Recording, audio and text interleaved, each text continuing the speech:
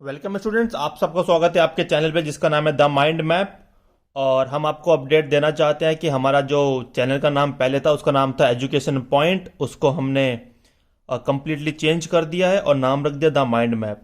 ऐसा हमने इसलिए किया है क्योंकि जो हमारे एग्जिस्टिंग स्टूडेंट्स हैं जो हमसे ऑफलाइन क्लास लेते हैं, तो उन सब ने सजेस्ट किया है कि सर आपको अपने चैनल का नाम चेंज करना चाहिए, क्योंकि एजुकेशन पॉइंट के नाम से काफ़ी सारे चैनल यूट्यूब में हैं जो बच्चों को पढ़ाते हैं।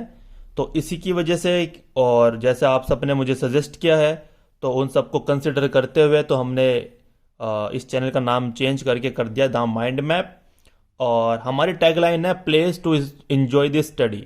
इसका सिंपल सा मतलब है कि ऐसी जगह जहाँ आप स्टडी को एंजॉय कर सकते हैं, और एंजॉय किसी भी चीज़ में जब ही आता है जब वो चीज़ आपको समझ में आए।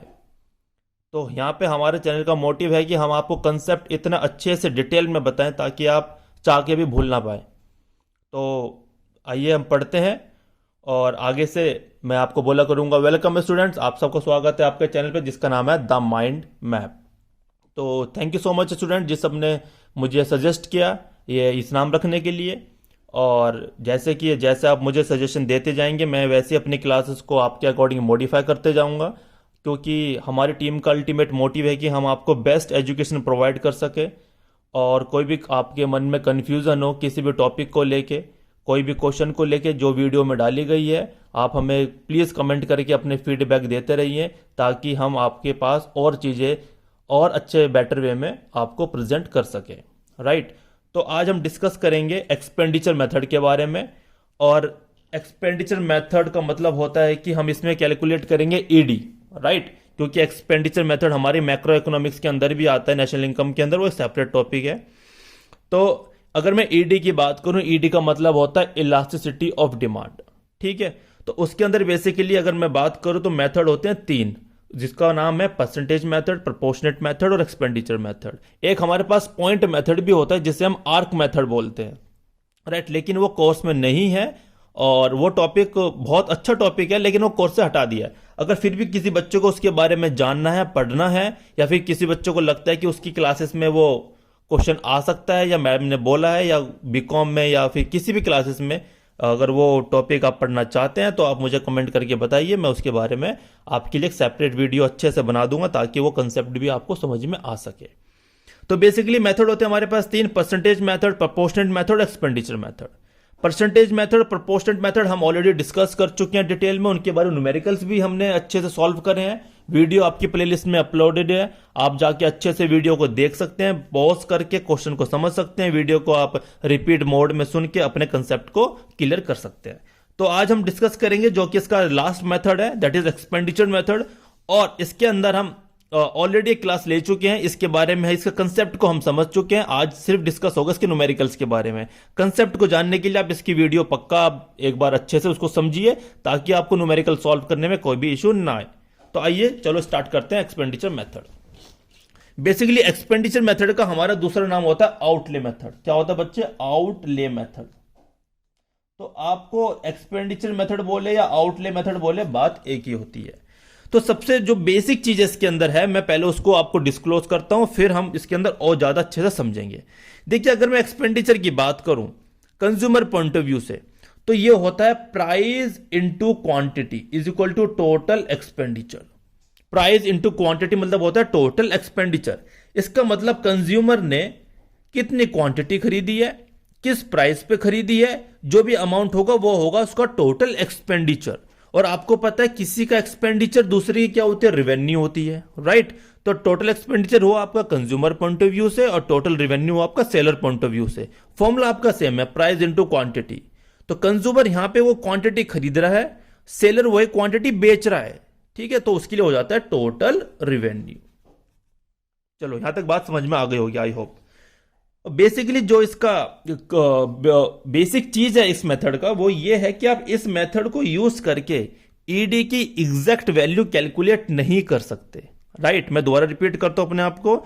इस मेथड से, जिसका नाम है एक्सपेंडिचर मेथड, इससे आप इस मेथड को यूज करके अप्लाई करके आप ईडी की, that is elasticity of demand की एग्जैक्ट वैल्यू कैलकुलेट नहीं कर सकते।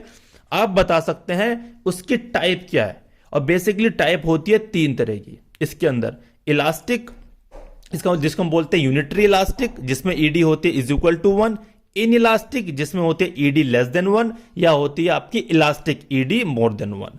तो आपके आंसर इन तीनों में से कोई एक होगा और आपको अपना आंसर जस्टिफाई करना पड़ेगा कि ऐसा क्यों है। ठीक है, तो आइए पढ़ते हैं। जो पहला क्वेश्चन मैंने यहां पे दिया हुआ है उसको समझते हैं और फिर उसके बारे में डिस्कस करेंगे कि the price of a cauliflower goes up by 8%। भाई प्राइस जो है आपका 8% से बढ़ गया है, राइट, आपका प्राइस 8% से बढ़ गया है। And total expenditure bye a family on cauliflower goes up by 8%। तो टोटल एक्सपेंडिचर भी क्या हो गया बच्चों, ये भी 8% से इंक्रीज हो गया। आगे लिखा है what can we say about the ED for cauliflower by this family.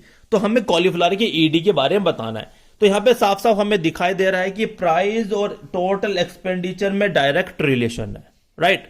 तो मैंने आपको समझाया था जब मैंने ये मेथड के बारे में चीजें डिस्कस करी थी, इसकी एक सेपरेट मैंने जब क्लास ली थी तो उसमें मैंने बताया था कि प्राइस और टोटल एक्सपेंडिचर में जब भी डायरेक्ट रिलेशन होता है, और डायरेक्ट रिलेशन का मतलब क्या होता है कि अगर प्राइस भी इंक्रीज हो रहा है टोटल एक्सपेंडिचर भी इंक्रीज हो रहा है, प्राइस भी डिक्रीज हो रहा है टोटल एक्सपेंडिचर भी डिक्रीज हो रहा है, जब दोनों चीज सेम डायरेक्शन में मूव करती हैं उनको बोलते हैं पॉजिटिव रिलेशन या बोलते हैं डायरेक्ट रिलेशन। तो उसके अंदर इस मेथड में ईडी आपकी होती है ऑलवेज लेस देन 1। क्या होती है बच्चों, ऑलवेज लेस देन 1, और इसको हम बोलते हैं इन इलास्टिक। क्या बोलते हैं आपको इसको, इन इलास्टिक, राइट। ये लेस देन 1 कैसे हुई है, इसको इनइलास्टिक क्यों बोलते हैं, मैं इसके बारे में डिस्कस नहीं करूंगा क्योंकि ऑलरेडी इसके बारे में डिस्कस कर चुके हैं, तो वीडियो आपकी और बड़ी हो जाएगी। तो मैं सजेस्ट करूंगा आप वो वाली वीडियो भी पक्का देख लें ताकि आपको और अच्छे समझ में आ जाए। तो यहां पे इतना ही है कि अगर प्राइस और टोटल एक्सपेंडिचर में डायरेक्ट रिलेशन होता है तो डिमांड होती, सॉरी, ईडी होती है इन इलास्टिक, इसको बोलते हैं लेस देन 1। बस आंसर आपका यहां पे कंप्लीट हो गया। अगला क्वेश्चन पढ़ते हैं। अगला क्वेश्चन इससे भी बहुत ज्यादा आसान है। यहां पे लिखा हुआ है price of a good falls from 10 to 8। भाई यहां पे प्राइस भाई 10 से हो गया है आपका 8, राइट।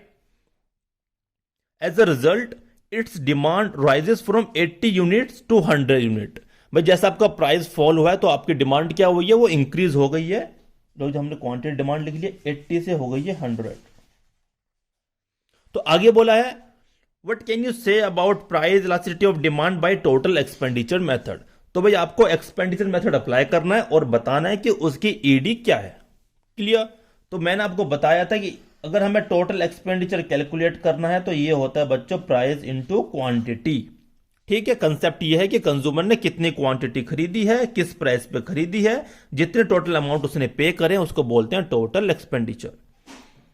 तो 80 इंटू 10 800, 100 इंटू 8 800। क्लियर। इसका मतलब हमें यह समझ में आया कि आपका प्राइस हुआ है कम इस कॉमोडिटी का, लेकिन आपका टोटल एक्सपेंडिचर क्या है बच्चों, कांस्टेंट है। क्या है, कांस्टेंट। टोटल एक्सपेंडिचर में कोई भी चेंज नहीं है। अगर ऐसा केस होता है तो इसको बोलते हैं हम ईडी इज इक्वल टू 1, या फिर इसको बोलते हैं यूनिटरी इलास्टिक। क्या बोलते हैं बच्चों, यूनिटरी इलास्टिक। क्या बोलते हैं, यूनिटरी इलास्टिक। बहुत सिंपल है ये मेथड, बहुत ज्यादा सिंपल है, इसमें बिल्कुल भी कैलकुलेशन नहीं है, लेकिन आपके कंसेप्ट क्लियर होने चाहिए कि इसके अंदर क्या क्या ईडीज के बारे में बात करी गई है। अगर कंसेप्ट क्लियर नहीं है तो फिर समस्या हो सकती है आपको। अगला क्वेश्चन पढ़ते हैं। ये क्वेश्चन और भी सिंपल है। लिखा गया इसके अंदर as the price of a product decreases by 7%। भाई कोई प्रोडक्ट है जिसका जो प्राइस है वो 7% से डिक्रीज हो गया है, तो जी प्राइस 7% से डिक्रीज हो गया है, right. Total expenditure on it has gone up by 3.5%। तो जो आपका टोटल एक्सपेंडिचर है बच्चों वो क्या हो गया, 3.5% से इंक्रीज हो गया। तो आगे लिखा है कि ईडी के बारे में बताइए। देखिए यहां पे क्या है, आपका प्राइस और टोटल एक्सपेंडिचर में बच्चों इनवर्स रिलेशन है। कैसा रिलेशन है, इनवर्स रिलेशन है कि प्राइस कम टोटल एक्सपेंडिचर ज्यादा। अगर इनवर्स रिलेशन होता है तो आपकी जो ईडी होती है वो होती है is equal to more than 1, और हम इसको क्या बोलते हैं बच्चों, इलास्टिक बोलते हैं। क्या बोलते हैं, इलास्टिक बोलते हैं। क्योंकि टोटल एक्सपेंडिचर के अंदर आपके तीन ही केस बनते हैं, ED more than one, ED is equal to one, ED less than one. ED अगर आपकी लेस देन वन है, जिसको इनइलास्टिक बोलते हैं, उसके अंदर प्राइस और टोटल एक्सपेंडिचर में आपका डायरेक्ट रिलेशन होता है इनइलास्टिक के अंदर। अगर आपकी टोटल एक्सपेंडिचर बिल्कुल भी चेंज नहीं हो रही है प्राइस में चेंज होने के बाद, तो आपका टोटल एक्सपेंडिचर में जो ईडी निकलता है उसको बोलते हैं ED is equal to one, that is unitary elastic. अगर थर्ड केस आपका ये सामने है कि प्राइस और टोटल एक्सपेंडिचर में अगर आपका इनवर्स रिलेशन होता है तो आपकी ईडी होती है elastic, that is more than one. Okay, अगला क्वेश्चन पढ़ते हैं। लिखा suppose price elasticity of demand for a good is 0.2। भाई यहां पे आपको ईडी ही गिवन है, दैट इज -0.2, राइट। आगे लिखा है how will the expenditure on the good be affected if there is a 10% increase in the price of a good, right। अगर यहां पे लिखा कि 10% से आपका प्राइस क्या हो गया बच्चों, इंक्रीज हो गया है। देखो यहां पे कंसेप्ट जिसके क्लियर है वही बच्चा सॉल्व कर पाएगा, जिससे कंसेप्ट क्लियर नहीं है तो उसको थोड़ी दिक्कत हो सकती है। तो कंसेप्ट क्लियर करने के लिए मैं रिक्वेस्ट करूंगा कि एक्सपेंडिचर मेथड की डिटेल वीडियो अपलोडेड है, आप उसको पक्का देखिए ताकि आपको बिल्कुल भी कोई भी समस्या किसी भी सवाल में ना आए। समझते हैं इसके अंदर। भाई आपकी जो ईडी है वो है -0.2। देखो बच्चों यहां पे एक बहुत बड़ा कंफ्यूजन रहता है, मैं यहां पे दूर करने की कोशिश करता हूं कि बच्चे यहां पे कहां पे कंफ्यूज होते हैं। देखो अगर ईडी है आपकी -0.2 और ईडी या फिर आपको दे रखा है कि -2.5, राइट। बच्चों ये है आपकी इन इलास्टिक, ये है आपकी इलास्टिक। यहां पे -2.5 से ये कंसिडर ना करे कि इसकी वैल्यू 1 से कम है, नहीं, हमें माइनस को कंसिडर नहीं करना है। माइनस सिर्फ आपका प्राइस और डिमांड में इनवर्स रिलेशन शो करता है, जिसकी वजह से यहां पे माइनस साइन लगाना पड़ता है, वरना आपका जो मैटर करता है दैट इज 0.2 एंड 2.5। तो यहां पे 0.2 1 से कम है, 2.5 1 से ज्यादा है, तो इसको बोलेंगे इलास्टिक, इसको बोलेंगे इन इलास्टिक। क्लियर। तो यहां पे ईडी दे रखे आपके -0.2, तो ईडी है आपकी इन इलास्टिक। क्लियर। ईडी अगर इन इलास्टिक होती है तो एक्सपेंडिचर मेथड क्या कहता है, प्राइस और टोटल एक्सपेंडिचर में कैसा रिलेशन होगा बच्चों, डायरेक्ट रिलेशन होगा। कैसा रिलेशन होगा, डायरेक्ट रिलेशन होगा। अगर प्राइस भी बढ़ेगा टोटल एक्सपेंडिचर भी बढ़ेगा तो ईडी होती है लेस देन 1। तो आपको बताना है कि how will the expenditure on a good be affected if there is a increase in the price of a good by 10%, तो भाई आपका टोटल एक्सपेंडिचर भी इंक्रीज होगा। सिंपल है। ये थे 4 न्यूमेरिकल्स, मैंने इसके बारे में आपको अच्छे से समझा दिया। मैंने कोशिश करी है कि मैं इसमें तीनों केस कवर कर सकूं, इज इक्वल टू 1 भी और मोर देन 1 लेस देन 1 भी मैं कवर कर सकूं। और मैं इस वीडियो के नीचे डिस्क्रिप्शन पे एक पीडीएफ अटैच कर रहा हूं जिसमें 43 न्यूमेरिकल्स हैं, आप उसको सॉल्व करें। और आई होप वो न्यूमेरिकल सॉल्व करने के बाद मुझे नहीं लगता कि आपको कोई डाउट बचेगा। फिर भी उन क्वेश्चंस के अंदर आपको कोई डाउट आता है या फिर कोई और क्वेश्चंस हैं जो आप किसी बुक से रेफर कर रहे हैं, आप कोई भी बुक रेफर कर सकते हैं, सारी बुक अच्छी होती हैं। अगर आपको कहीं भी कोई क्वेश्चन आपसे नहीं निकल पा रहा है, नहीं सॉल्व हो पा रहा है, आप हमें कमेंट करके बताइए और क्वेश्चन पूरा लिखिए। आपको जितना जल्दी हो सके हम आपको आंसर प्रोवाइड कर देंगे। तो ये थी आज की क्लास के बारे में। अगली क्लास में हम डिस्कस करेंगे फैक्टर अफेक्टिंग ऑफ ईडी। ऐसे कौन से फैक्टर्स हैं जिसके वजह से हमारी जो इलास्टिसिटी ऑफ डिमांड है वो अफेक्ट होती है। ठीक है स्टूडेंट्स, तो बने रहिए अपने चैनल के साथ। और कोई भी सजेशन हो जैसे मैंने आपको बताया, कोई भी आपका फीडबैक हो, आप हमें पक्का कमेंट करके बताइए, हम उसके अकॉर्डिंग वर्क करेंगे। Right, okay, thank you students.